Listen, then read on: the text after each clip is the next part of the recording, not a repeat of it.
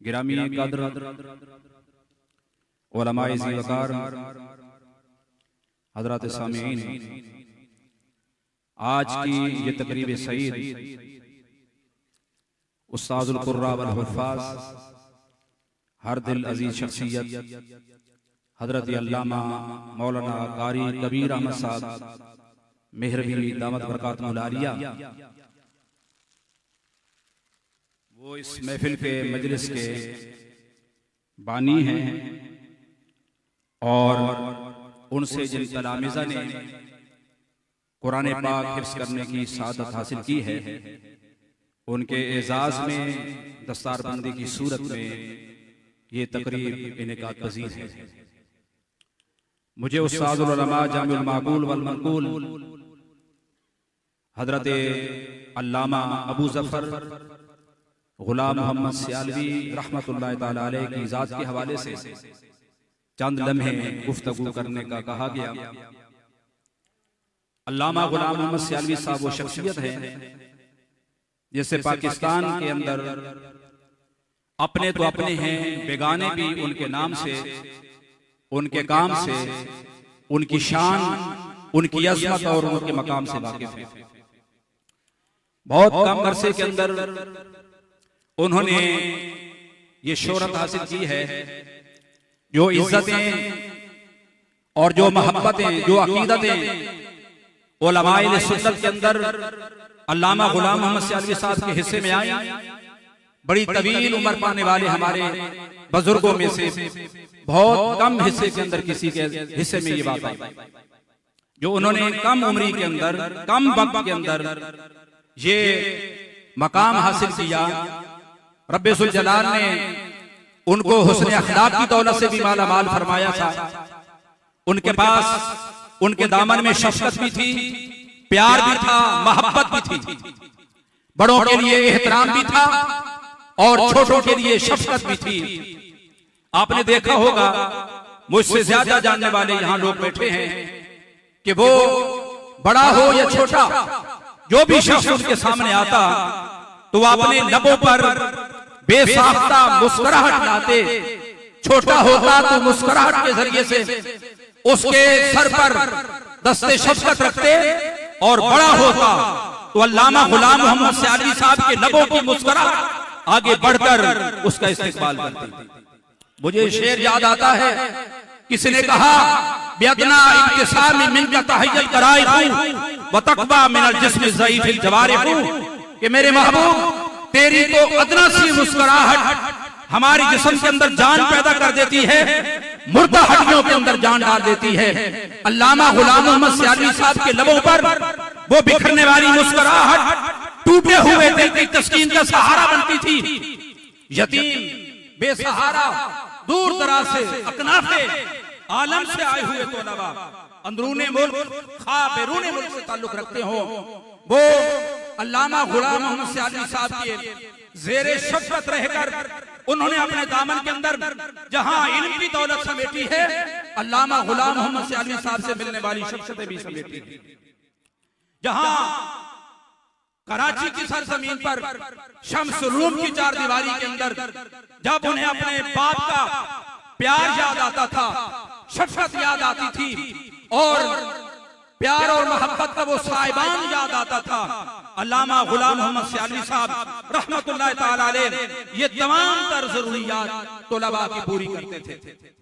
बीमार को बड़ी ताकीद के साथ अस्पताल पहुंचाना, उसका इलाज कराना, जिसके अंदर ये बंदा खुद इस बात का शाहिद है, गवाह है, नातिक है, बल्कि खुद मेरे ऊपर ये बात बीती। मैं नया कराची में आया, आते ही बीमार हो गया, मेरा ऑपरेशन कराया।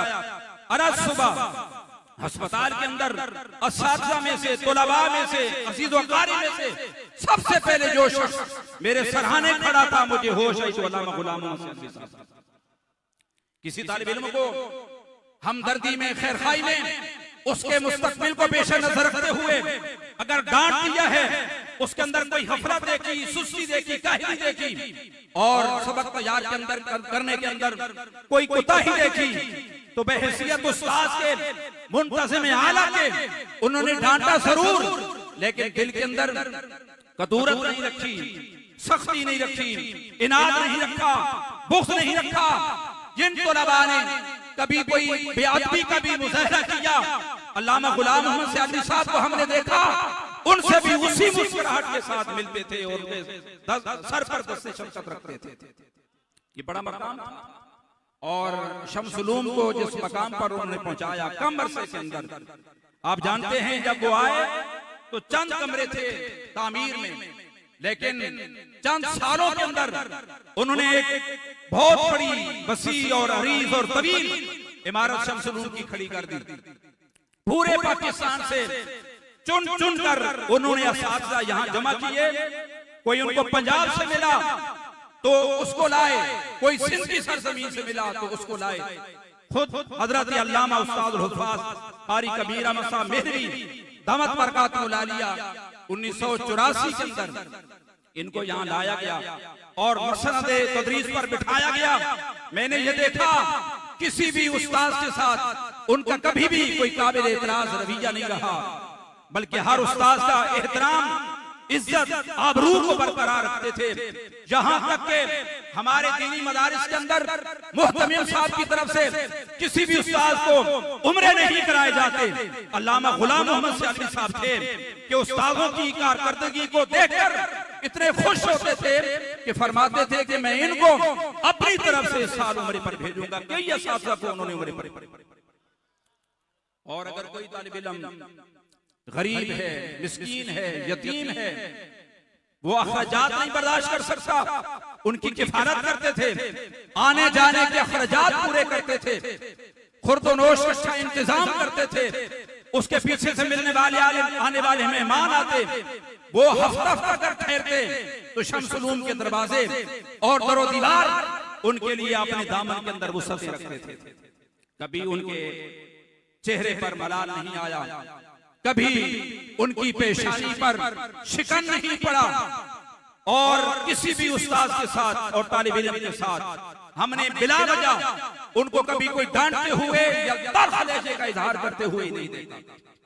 ऐसे लोग हैं जिन पर अल्लाह आलिम रब्बानी का इतलाक दुरुस्त साबित होता है और नबी करीम सल्लल्लाहु अलैहि वसल्लम ने फरमाया, इन्नल्लाह ला यक़बिज़ुल इल्मा इंतिज़ाअन यंतज़िहु मिनल इबाद वलाकिन यक़बिज़ुल इल्मा बिक़ब्ज़िल उलमाए हत्ता इज़ा लम युब्क़ि आलिमन इत्तख़ज़न नास रूसन जुहालन फसुइलू फअफ़्तौ बिग़ैरि इल्मिन फदल्लू वदल्लू।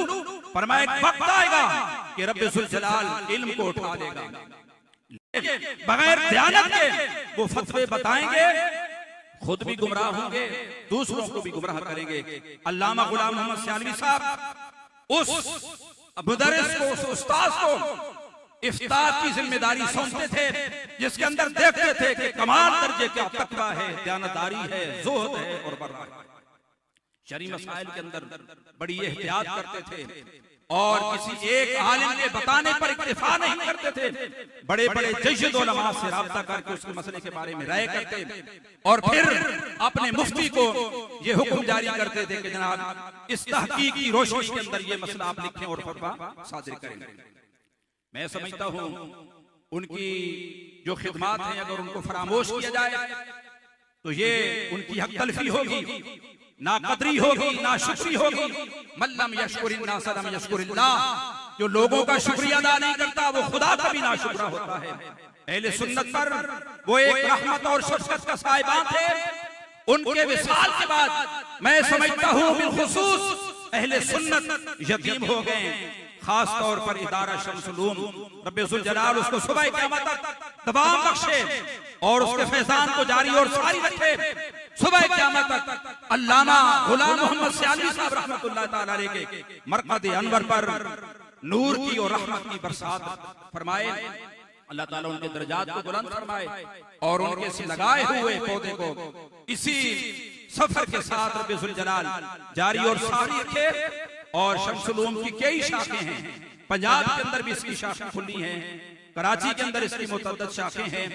और जिस उस्ताद को उन्होंने मसराद तदरीस पर बिठाया फिर उन्होंने जवाब नहीं दिया, उसके साथ कोई ऐसा रवैया नहीं रखा कि वो बददिल होकर यहाँ से रुखसत हो जाए या इजाजत देने पर मजबूर हो जाए। जब भी कोई तालिब इल्म गया या उस्ताद गया वो अपनी मर्जी से गया।